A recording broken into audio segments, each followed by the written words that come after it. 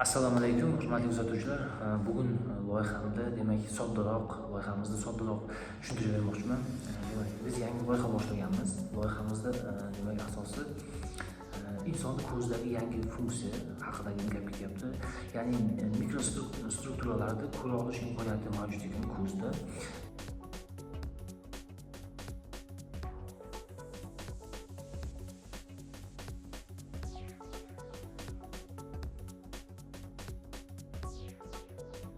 Buni hozir tajriba davomida o'zimiz ko'ramiz.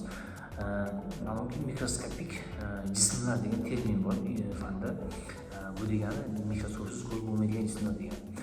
Lekin ko'zda shunaqa imkoniyat mavjud ekanki, ma'lum bir optik vaziyatda, muhitda inson ko'zi mikroskopik jismlarni ko'ra olish imkoniyatiga ega ekan. Biz buni hozir ko'rib o'tamiz. Agar kimga qiziq bo'lsa, marhamat, sizlar tajribani taqdirlab ko'ring. Men o'ylaymanki, har bir insonga qiziq bo'ladi. Demak, endi men hozir buni chizmasini ko'rsatib beraman. Chizmada menimcha osonroq bo'ladi ko'rish, tushunib olish osonroq bo'ladi. Demak, o'rtoqlar, demak mana bu bizga tajribani o'tkazishimiz uchun ikkita smartfon, bir tomchi suv kerak, suyuqlik, istalgan suyuqlik. Endi o'rtoqlar, qarang, mana bu tomchi suvimiz, mana bu birinchi smartfon, kameraga rasm olish uchun.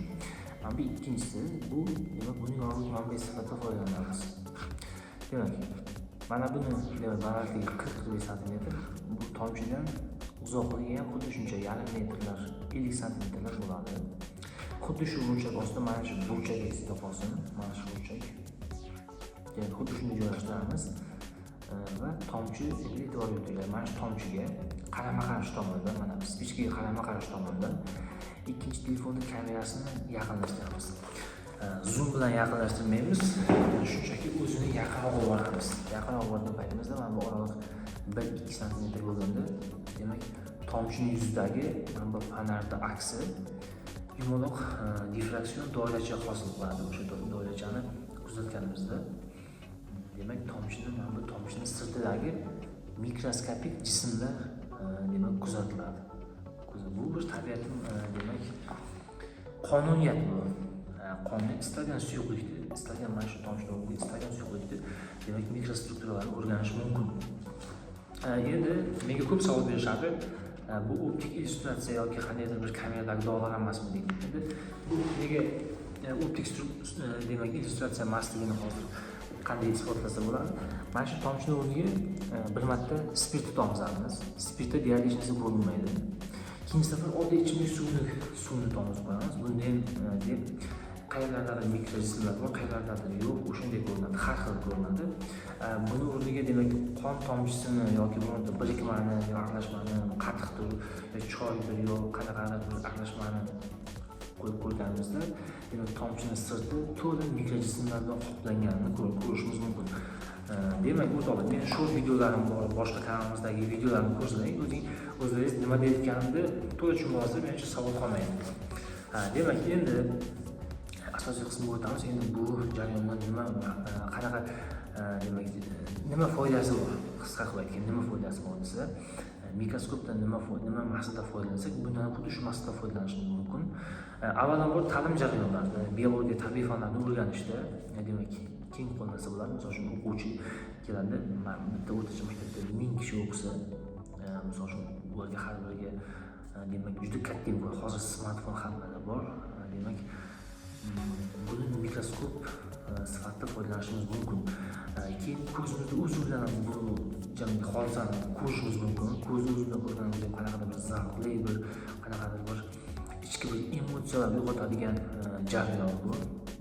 Menimcha o'qishda qiziq bo'ladi, ham tajriba bo'ladi, ham o'rganish bo'ladi, laboratoriyada qanaqadir qiziq jarayonlarni darsni o'tkazish mumkin. Xo'p, endi bu birinchisi, boshqacha. Eng kamida shunday. O'rtoqlar, men yaqinda nima qildim, bilib qoldim, to'g'risini aytsam.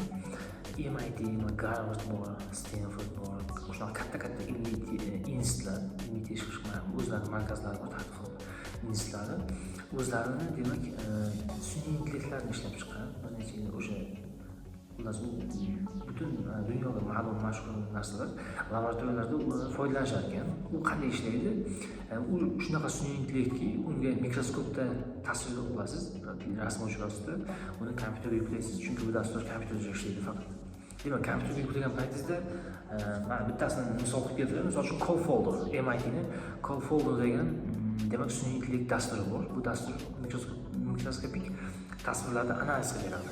Misol uchun rasm o'chirasiz, keyin sizga jadval ko'rinishida demak ma'lumotlarni taqdim qiladi. Bu yerda siz bo'limlarda tanlaysiz. Sizga aynan nima kerak?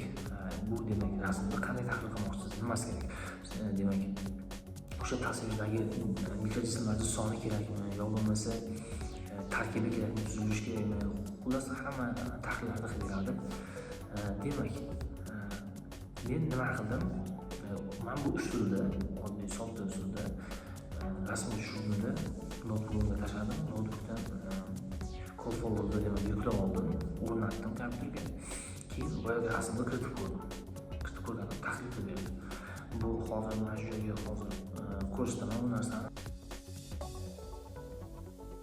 Tahlil qilganimni, demak nechta ichida nima bor, qanaqa strukturalar tashkil topgan shularni demak tahlil qilib berdi. Sizlar bemalol tahlil natijalari o'zingiz bo'ladi. Istagansiz yo'qlikni olasiz, rasm o'chirasiz. Faqat bizga notebook kerak bo'ladi. Notebook yuklaysizda. Keyin CoFolder'ni ochasiz. CoFolder degan demak dastur bor. Shuningdek o'rnatasiz sizlarga. Agar CoFolder'dan demak qiyinchilik tug'dirsa, menga o'xshab, bemalol ChatGPTdan foydalansangiz bo'ladi. ChatGPT birdan bir tushuntiradi, bosib tushuntirib, o'zi oddiy narsa, 3-4 narsani qilsangiz shunday tahlillarni chiqarib beradi. Demak, o'rtada video cho'zilib ketmasin. Birinchi kundan endi har kuni qisqa mana shunday fikr mulohazalarni yetkazib boraman. Biz nima qilmoqchimiz? Dastur foydaliroq bo'lsin. Avvalo o'quvchilar demak auditoriyasidan boshlamoqchimiz. Bu yerda kimnidir demak nima chalg'itmaydi hech kimni. O'quvchilar ham o'rganadi, ham bizga tajriba to'planadi. Hozircha shu. Kimda savol bo'lsa, qanaqa tavsiyalar, fikrlar bo'lsa kutib qolaman, kommentariyada javob berishga harakat qilaman. Bu o'zi qanaqa loyiha deb demak sizda ham savol paydo bo'lsa, demak bizni kanalimыздagi short videolarni ko'rsangiz, nima haqida gap ketayotganini bilsangiz bo'ladi. Rahmat o'rtoqlar, e'tibor uchun. Keyingi videolarda uchrashguncha xayr.